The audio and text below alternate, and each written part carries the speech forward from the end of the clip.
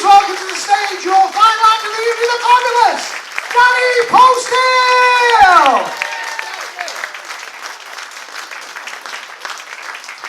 Oh, good to see you. Are we all right? This is lovely, this. A nice full room. This is luxury for a comedian. You don't realise the shit we have to put up with sometimes, you know. I've done a gig right at the Edinburgh Festival last year. First show, I had 7 people in, right? I had a bloke from Rotherham, right? 2 people from Mexico, 2 people from France, and 2 people from Canada. And I had to stop the show 10 minutes in because the bloke from Rotherham couldn't understand me. But I've actually got my lucky underpants on for you lot tonight, and I was looking for them before I left the house. The thing is, lads, we think we know where things are in the house, don't we? Whereas ladies actually do know where things are, don't you?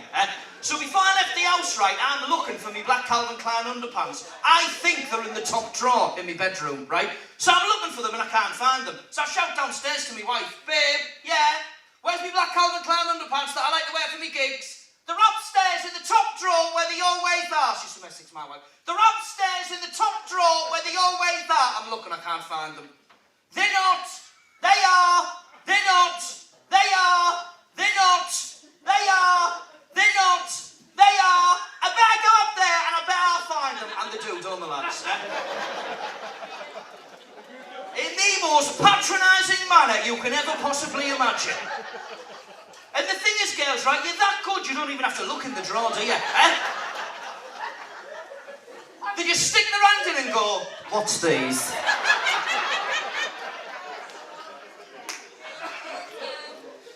And it makes you wonder, you know, these myths like the Loch Ness Monster.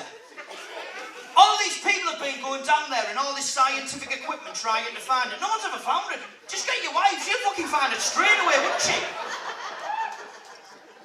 All these people around the loch, your wife's like that, out the way. Fucking what's this?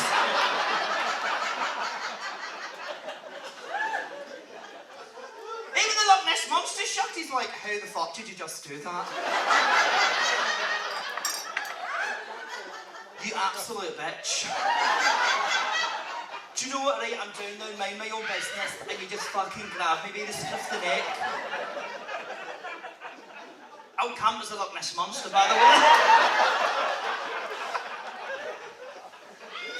Oh, but it is, it's crazy, isn't it? Do you know what I mean? Like the life that we live. I mean, I've just got back from my holidays as well, and do you know what annoys me when I go on my holidays, right? It's my wife, because my wife's a dancer, and she was out in France actually doing a couple of shows recently. I went to go and see her, and she was doing a lot of intimate dance routines in the show with this guy called Pierre, and he was a very handsome man. Oh, he had the pecs, he had the six-pack, he had the bulging biceps. And people used to say to me, Dan, do you get jealous when Amy dances with them? I'm like, yeah, of course I do. I want to dance with him.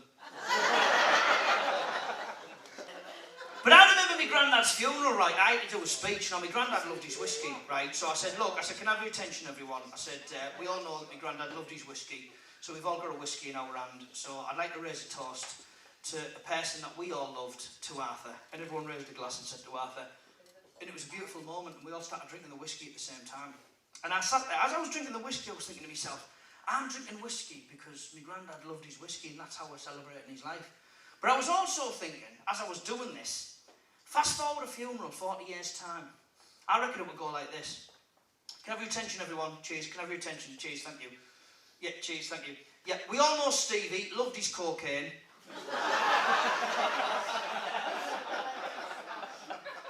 To Stevie. Because let's face it, it's rife, isn't it? Honestly. It's got to the point now that when I've been for a shit, I'm coming out of the toilet going, just to fit in. Do you know what I mean? Like, and that's at the garden centre. Like, do you know there's a lad, he comes in an old pub all the time and he's always off his tits, but he always lies about stuff, and I'm sick of correcting him on his lies, so I just go along with it, you know? Like, he come up to me the other week, he said, hey, Dan should have seen what happened a couple of weeks ago. He said, my mate drove from Manchester, which is 3 hours away, right? He come in this pub, he had 20 pints, and then he drove home. And if you don't believe me, right, ask me dad. I'm like, yeah, that's sufficient evidence, isn't it, mate? Ask me dad, do you know what I mean? I mean, you couldn't imagine Jordan Peterson saying that in a debate, couldn't you? One of the most intelligent men in the world talking about, I don't know, the psychology of when you first meet somebody, you know? Well, generally, when you first meet someone, you know what they're going to be like, whether they're going to be happy or whether they're going to be sad or whether they're going to try to challenge your intelligence. And If you don't believe me, then ask my dad. And I'm loving the fact that people who don't know who Jordan Peterson is are looking at me thinking that's a really shit impression of Kermit the Frog. So anyway, right, we're on our holidays, and I decided to get up and sing my wife's favourite song on the karaoke, which is Where Did Our Love Go by Diana Ross and the Supremes. And but I decided to change the words on because of how she packed my case. Now, I don't want to say this in a sexist way, right? But she won't let me pack my case anyway because I'm shit at it, right? So I said, ladies and gentlemen, there's a beautiful song for my gorgeous wife who was over there, and it goes like this. Here we go. Baby, baby, where did my socks go? They just go missing, or they come back odd. When I bought them, I had a Monday with a Monday, a Tuesday with a Tuesday, a Wednesday with a Wednesday. They were happy times. And now I wear a Monday with a Wednesday, a Tuesday with a Friday, a Thursday with a Sunday, and it pisses me off. So when you wash them next time, just put them together, then they won't get lost or come back odd. Then she replied back to me, why don't you wash your own socks? You're such a lazy bastard and a sexist dickhead. So I said, please put the glass down and don't hit me with it, 'cause I've got no insurance if I cut my eye.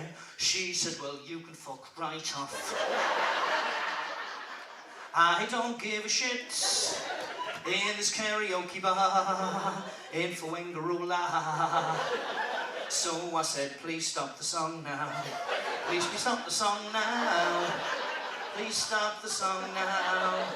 Please stop the song.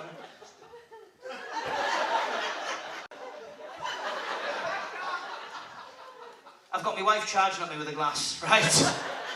What do I do? The only other option I had was do her other favourite song, right? Which is Fever, Michael Bublé's version. But I thought, right, I'll do it a cappella, right? But I couldn't help myself. I had to do it in the style of Peter Griffin from Family Guy, right? I said, this is a beautiful song for a gorgeous lady charging at me with a glass right now. And it goes something like this. Here we go. Never know how much I love you. Never know how much I care. Come on, Lois. When you put your arms around me, I get a feeling of your fuzzy hands, so trim your beaver.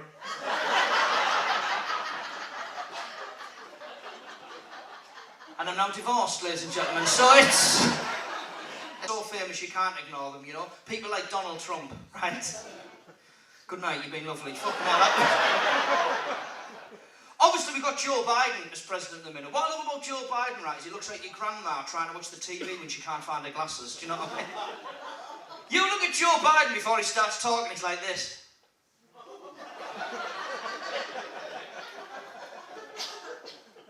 Hey, come on, man, what's going on?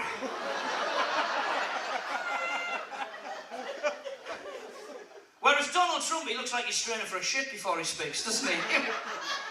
You look at Donald Trump's face before he starts talking, he's like this.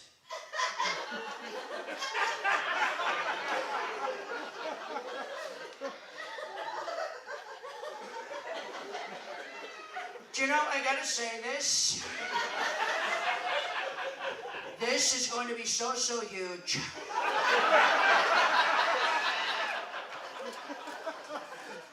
But this is a man who's a businessman, reality TV star, then he becomes president. He doesn't give a shit, do you know what I mean? Just does what he wants. I mean, it wouldn't surprise me, right, because he's mates with Kanye West. The Kanye would just said to him, look, Don, right, you were a businessman, reality TV star, then you become president. If you want to do something different, right, and move on to another project, why don't you just become a rapper like me? That'd be interesting, wouldn't it, Donald Trump? Would you like to see Donald Trump do a rap tonight, ladies and gentlemen? Do you know this is from my new album? It's a great album. Big news. The greatest album. It's called Fake News. Because everybody knows that fake news is one of my favorite sayings, along with China.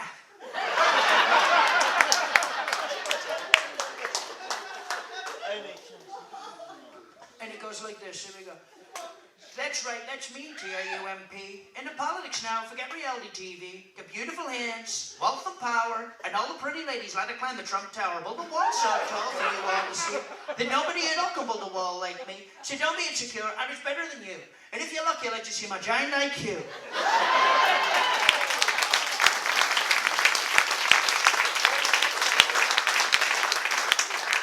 Oh, no. You see, we talk about our wives on stage a lot, do you know what I mean? But I do love her, I do. You know, saying that, do you know what she said to me the other week? She said, I want you to delete every single girl that you've slept with on your Facebook. I'm not going to lie, I was there for hours. Because I couldn't remember her name. So... Well, ladies and gentlemen, you've been amazing tonight. Thank you so much for your time. And before I do go, I've got to say, people said to me, how did you make a living during the COVID and during the lockdown and everything? Well, I actually wrote a book, right, called The Non-Essential Worker. Now, I didn't give myself that title. The government did, cheeky bastards, right? So give a round of applause for every single non-essential worker that has been here tonight. The comedians, the staff, everyone who served you food. And if anyone wants one, if anyone does want one, come and see me. I'll be at the back of the room. And all the proceeds do go to a very good cause. It's called the Bounce Back Loan. So if you... Do you know what, right? I done that joke in Hull and this bloke went to me, hey mate, I know someone who can write it off for you. I said, mate, it was a joke. Fucking hell. I love dodgy people, they're great, aren't they? So before I go, I'll tell you what I'll do is I'll flick through the pages, tell me to stop, and I'll read a little bit from the book, and then you decide whether you want to get it or not right at the end. They're only a tenner as well, so here we go, right? And I've also got a card machine for the people who go, oh, I don't have any fucking cash, son, you know what I mean? So here we go. Are you ready to tell me when to stop? Right, okay. Oh, this is quite a good one, this. This is, I talk about when I was on Britain's Got Talent, I talk about nearly losing my house and all that shit, the last gigs, and then I don't know what I'm going to do and all that stuff, right? And then I talk about being on Britain's Got Talent, right? So here we go, this is quite a good paragraph, this. Yeah, this one. It was April 2015. I'm standing there in the dressing room of Fountain Studios, absolutely terrified. There's a knock at the door. Because if you buy the book, it does really shit sound effects and all, right? In walks Simon Cowell. Hello, Simon, how are you? I'm good, Danny, how are you? I said, I'm not going to lie, Simon, I'm absolutely terrified. He said, well, don't be. I watched your rehearsal this afternoon, you were absolutely fantastic. I feel like you're going to smash it tonight. I said, thank you, Simon, that's really reassured me.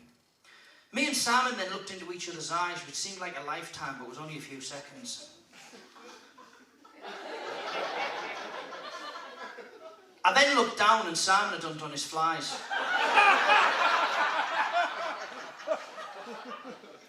And if you want to find out what happens after that, you have to buy the book. So, listen, you've been amazing. Keep supporting live stand-up comedy. I've been Danny Posthill. Good night. Cheers. Thank you.